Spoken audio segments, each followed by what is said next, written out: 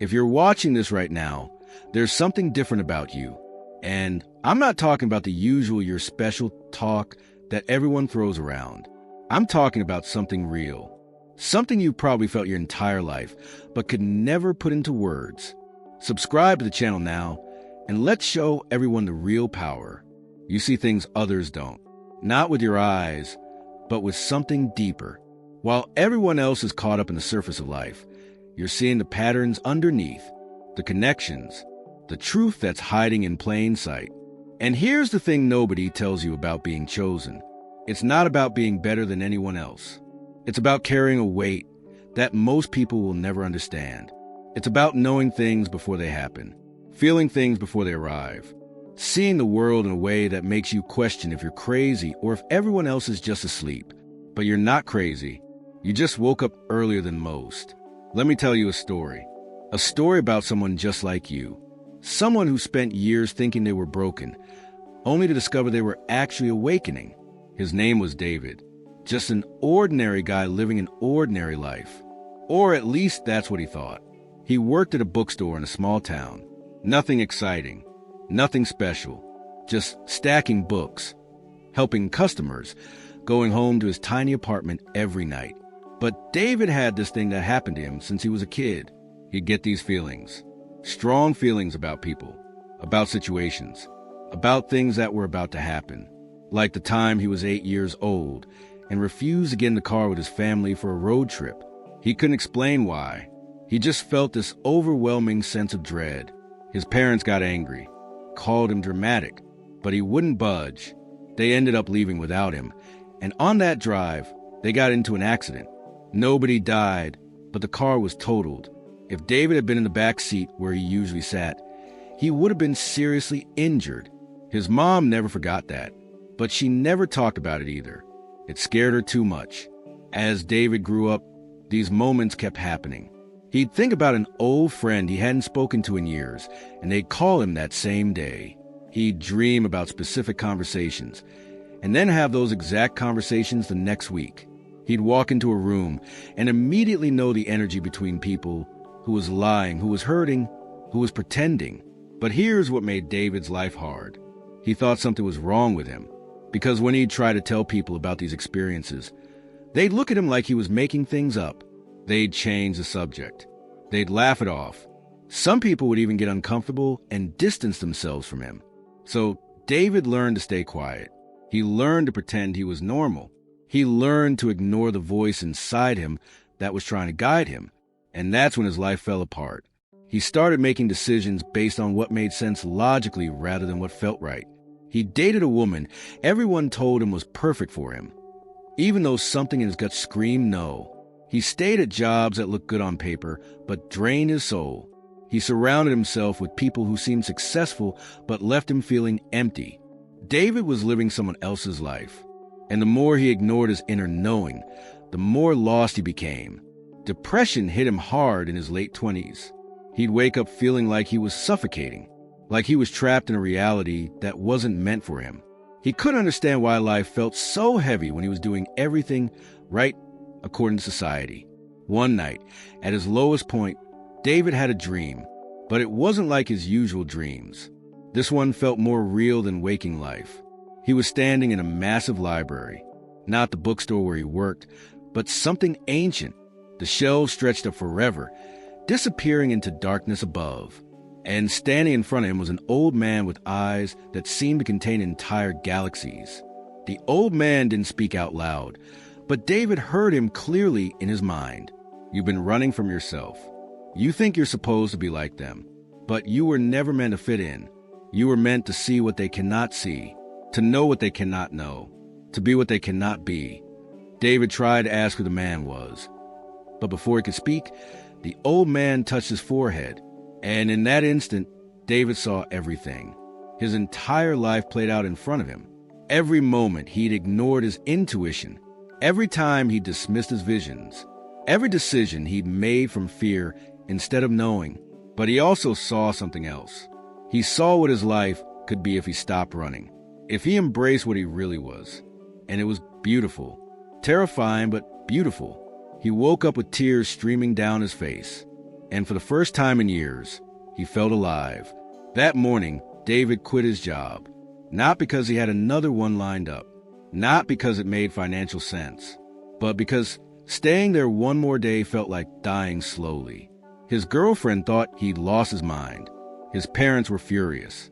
His friends staged an intervention, telling him he was throwing his life away. But David couldn't go back to sleep. Not after finally waking up. He started trusting himself again. When he'd get a strong feeling to go somewhere, he'd go.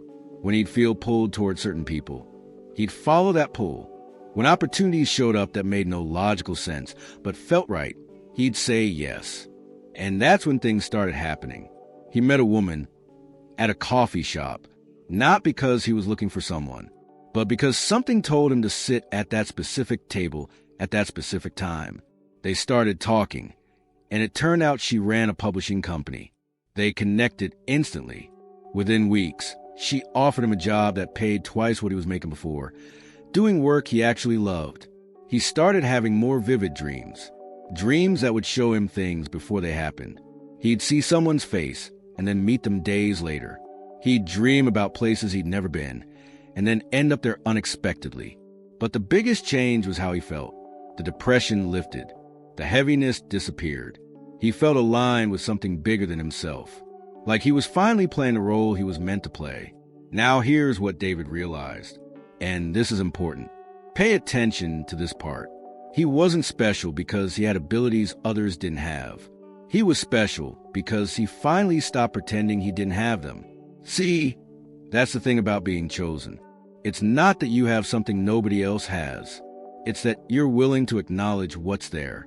You're willing to trust what you know even when it doesn't make sense. You're willing to stand alone if that's what it takes to be true to yourself. Most people have these abilities, these senses, these knowings, but they shut them down. They ignore them. They call them coincidences or imagination or wishful thinking. But you can't ignore them anymore. And that's why you're watching this right now. Because somewhere inside you, you know you're not like everyone else. You know you see things differently, feel things differently, understand things differently. And you've probably been punished for it your whole life. Maybe you were the kid who knew when adults were lying, and instead of people praising you for your awareness, they told you to stop being disrespectful, to stop questioning everything, to just accept what you're told. Maybe you were the teenager who could feel other people's emotions so strongly it overwhelmed you. And instead of someone teaching you how to manage this gift, they called you too sensitive, too emotional, too much. Maybe you're the adult who keeps having experiences that can't be explained by logic, synchronicities that are too perfect to be random, premonitions that come true, connections with people that feel like you've known them for lifetimes. And maybe you've learned to keep all of this to yourself because every time you try to share it, people make you feel crazy. But you're not crazy. You're awake in a world that's still sleeping. And that's a lonely place to be. I won't lie to you about that. Being chosen isn't easy. It's not some glamorous thing where you suddenly have superpowers and everyone recognizes your greatness. Most of the time, it just means you're misunderstood. It means you're isolated. It means you're carrying knowledge that you can't share with most people because they're not ready to hear it. It means watching people you love make decisions you can see will hurt them, but knowing you can't force them to see what you see. It means feeling the weight of the world's pain because you're connected to it in a way most people aren't. It means knowing you're here for a reason, but not always knowing what that reason is. It means walking through periods of your life where nothing makes sense, where you're being broken down and rebuilt, where you're being prepared for something you can't yet understand. But here's what I need you to know, and this is the part that changed everything for David, and I believe it will change everything for you too. Being chosen isn't about what you can do for yourself. It's about what you're here to do for others. You weren't given these abilities, this awareness, this sensitivity, so you could have an easy life. You were given them so you could help wake other people up, so you could be a light in the darkness, so you could be a guide for those who are lost. But before you can do that, you have to fully accept what you are. You have to stop apologizing for being different. You have to stop shrinking yourself to make others comfortable. You have to stop pretending you don't see what you see and know what you know.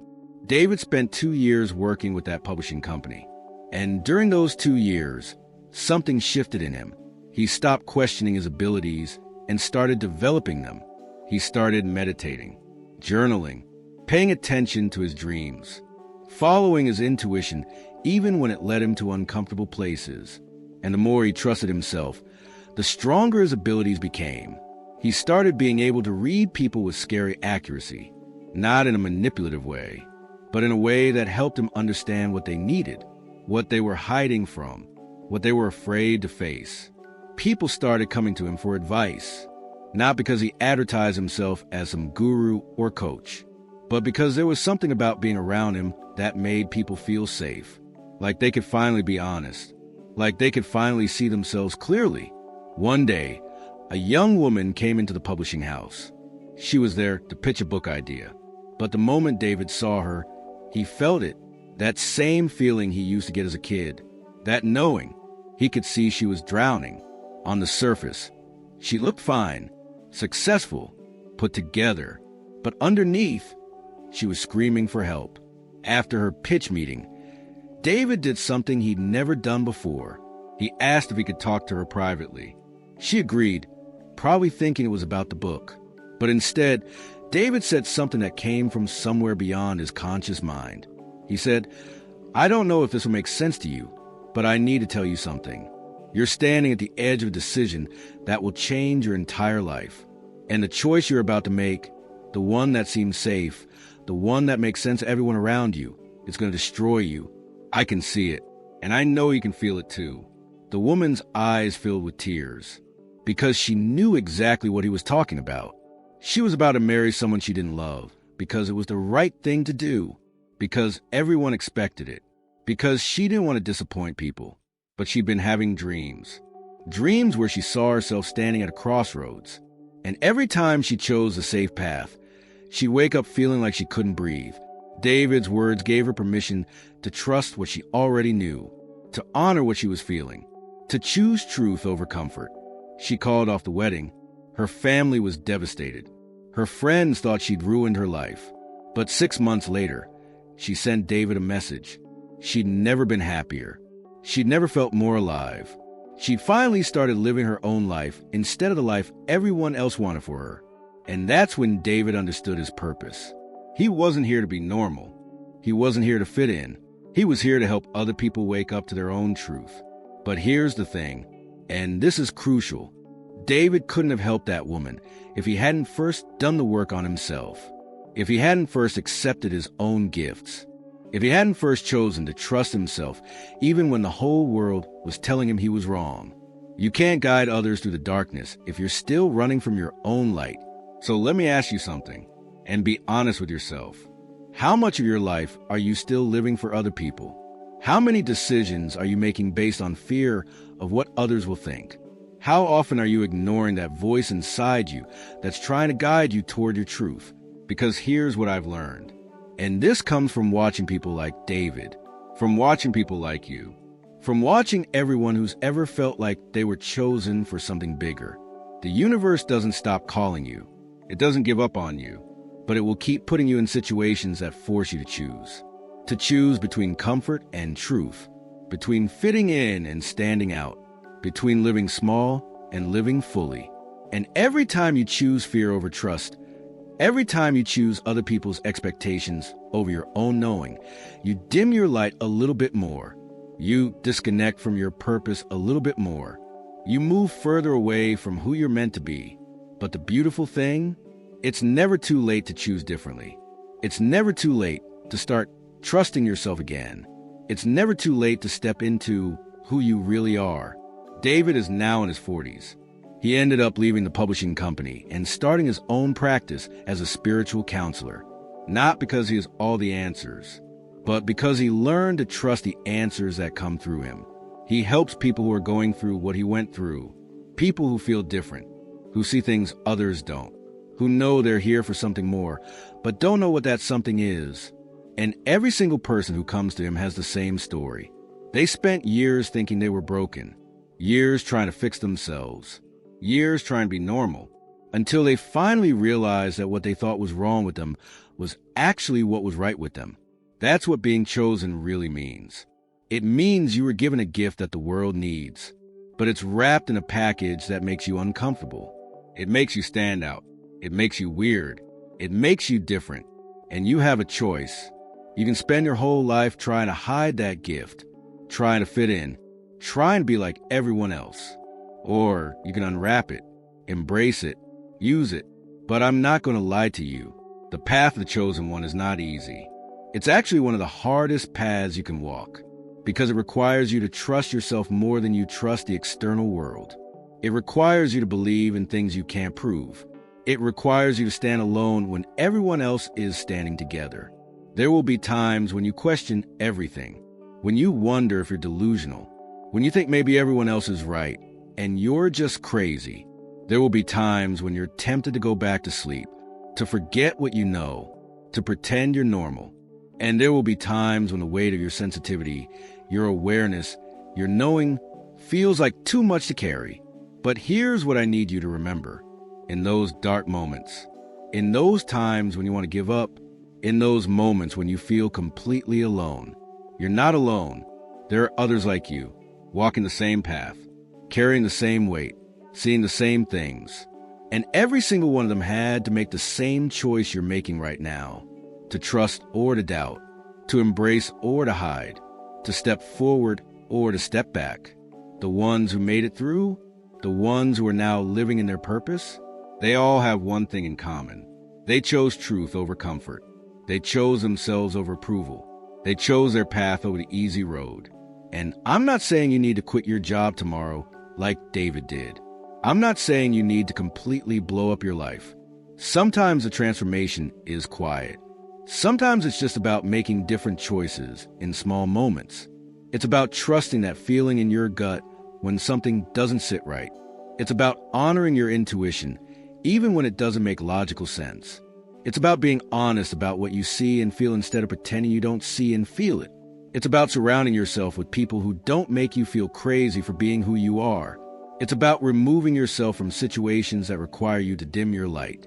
It's about saying no to things that everyone says you should say yes to, simply because they don't align with your truth. And here's something else I need you to understand. Your abilities, they're going to get stronger. The more you trust them, the more you use them, the more you honor them, the stronger they become. You might start having more vivid dreams, more synchronicities, more moments where you just know things without knowing how you know them. You might start being able to sense things about people the moment you meet them. You might start predicting things before they happen. You might start having experiences that completely defy logical explanation.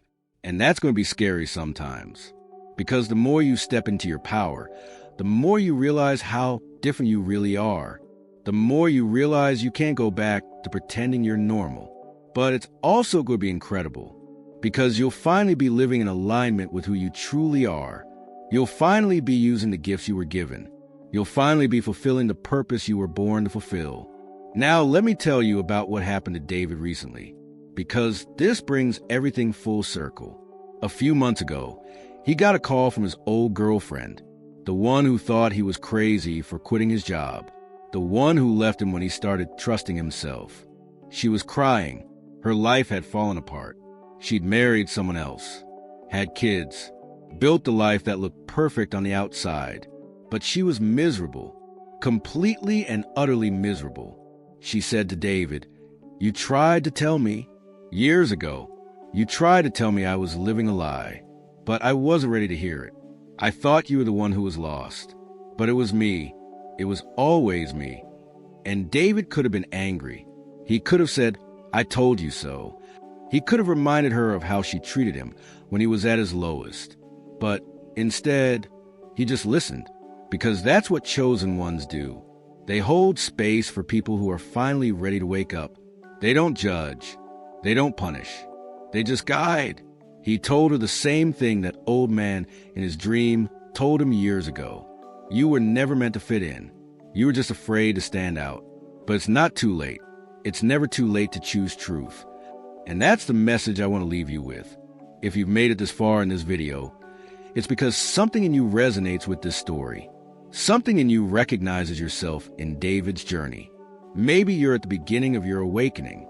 Maybe you're in the middle of it. Maybe you've been awake for years, but you're still struggling to fully step into your power. Wherever you are, know this.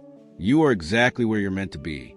Every experience you've had, every moment you felt alone, every time you questioned yourself, it was all preparing you for what comes next.